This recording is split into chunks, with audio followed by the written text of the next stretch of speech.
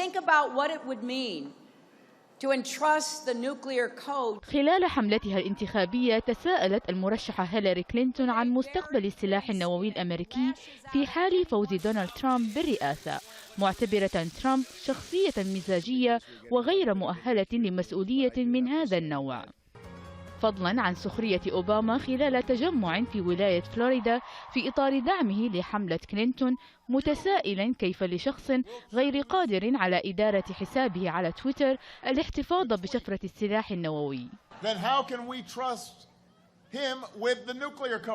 يعرف أن الرئيس الأمريكي خلال فترة رئاسته ترافقه حقيبة سوداء بداخلها الشفرة النووية، حيث يسمح للرئيس إعطاء أمر بتنفيذ هجوم نووي في حال كان بعيدا عن غرفة العمليات في البيت الأبيض.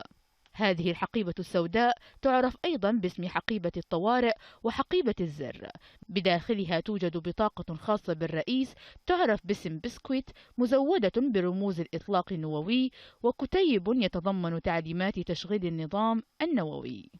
ونجد أن هذه الحقيبة ترافق الرئيس بشكل دائم، سواء كان في البيت الأبيض أو في موكب أو على متن طائرة الرئاسة، وحتى أثناء وجوده في المصعد، ويتناوب على حملها 5 من جنود الكوماندوز تلقوا تدريبا خاصا بآلية التعامل مع هذه الحقيبة المهمة. ملوك الشيخ، العربية.